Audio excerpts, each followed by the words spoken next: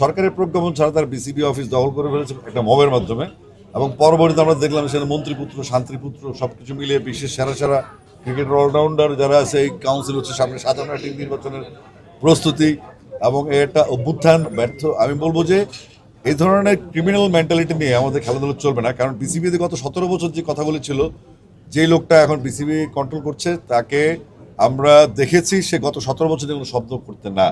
এবং বিসিবিতে যে এখন যে কাজগুলো হচ্ছে আমরা সেগুলো করে আসছি। আমরা যে 6 মাস কাজ করেছি, এই 6 মাস তারা অনেক চেষ্টা করেছে আমাদের ফল ধরতে, আমরা কি করেছি না করেছি, বাট আমরা তাদের মতো মুখরোচক কথাবার্তা বলি না। আমরা ক্রিকেটের বেস স্ট্রং করার জন্য কাজ করেছি, এবং ক্রিকেটের বেসটার জন্য আমরা যেভাবে একটা ইন্টারন্যাশনাল বোর্ড যেভাবে এগোতে চায় আমরা সেভাবে এগিয়েছি।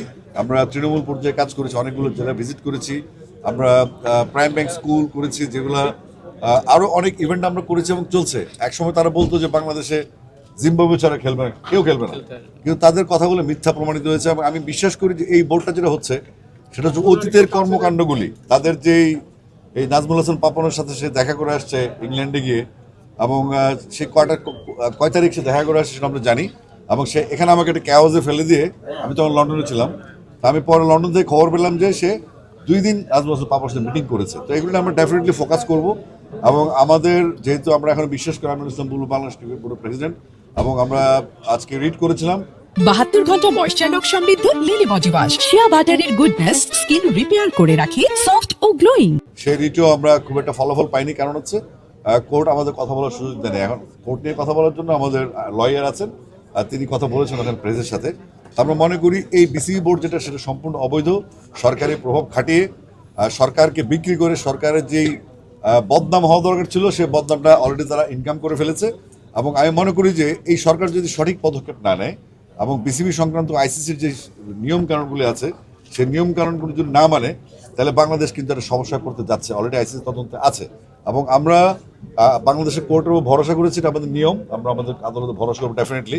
পাশাপাশি আমরা আইসিসি কমপ্লেন করেছি, এবং আমরা ইন্টারন্যাশনাল স্পোর্টস কোর্ট যেখানে আছে সেখানে আমরা অলরেডি অ্যাপ্লাই করেছি, আমাদের কাজ হচ্ছে। তো আমরা চাইবো যে বাংলাদেশ ক্রিকেট বোর্ডের এই 17 বছরের পাপ ধামাচাপা দেওয়ার জন্য এই বোর্ড বসছে। এবং ক্রিকেটে ইনফ্যাক্ট যে আপনারা অনেকেই ভাববেন যে ক্রিকেটে 1400 কোটি টাকা আছে, ক্রিকেটের আমাদের বিসিবি মূল সম্পদের পরিমাণ 4200 কোটি টাকার, 4200 কোটি টাকার সম্পদ আছে আমাদের, কিন্তু এই টাকাটা মূল ব্যাপার না। এই টাকাটার বিসিবিতে যেটা চলে সেটা ফিক্সিং, জুয়া চলে, এবং এই জুয়াটা আমরা আটকেছি 82%। এবং এই জুয়াটাকে তারা, আপনি যদি মনে করেন যে বিসিবির টাকা খরচ করছে, এটা জাস্ট আই ওয়াশ। বেসিক খেলা হচ্ছে 800 থেকে 1000 কোটি টাকার জুয়ার খেলা হয়, হয় বাংলাদেশের ক্রিকেটের বিভিন্ন স্তরে, বিপিএল থেকে শুরু করে, সেটা আমরা প্রোটেক্ট করেছি। এবং আমরা অনেক অনৈতিক কাজ যেগুলো বিসিবিতে হতো টিকিট নিয়ে, যেমন আপনার মনে করেন 1 কোটি টাকার টিকিটের হিসাবে পাওয়া যেত না, এরকম অনেক শত শত পয়েন্ট আমাদের কাছে আছে। আমরা আস্তে ধীরে এগুলো ব্রিফ করবো। তবে আমি আপাতত বিশ্বাস করি এবং বলতে চাই দ্যাট চেন কন্টে আমিনুল ইসলাম বুলবুল এখন বাংলাদেশ ক্রিকেট বোর্ডের সভাপতি, এবং এটাই ফাইনাল। আর পরবর্তীতে কি হচ্ছে না হচ্ছে সেটা রাষ্ট্রীয় রোবারি। আমি রাষ্ট্রকে অনুরোধ করব জিনিসটা খুব সুন্দরভাবে দেখার জন্য, কারণ বিএনপি আমার একটা দল, যেটা জনগণের দল, জনমানুষের দল, এবং এটা মাগুরার মতো কোনো গল্প যেন না হয়, এখানে যেন কোনো রকম কেলেঙ্কারি না হয়। আমি মনে করব বিএনপির উচিত বাংলাদেশের প্রত্যেকটা ঘরে 1-2টা হলে ক্রিকেট ফ্যান আছে, সেখানে স্বচ্ছতা নিশ্চিত করা, এবং সরকারের ভাবমূর্তির জন্য তারা যথাযথ পদক্ষেপ নেবেন। আর আমরা তো আমাদের পদক্ষেপ নিচ্ছি। আপনাদের সবাইকে থ্যাংক ইউ।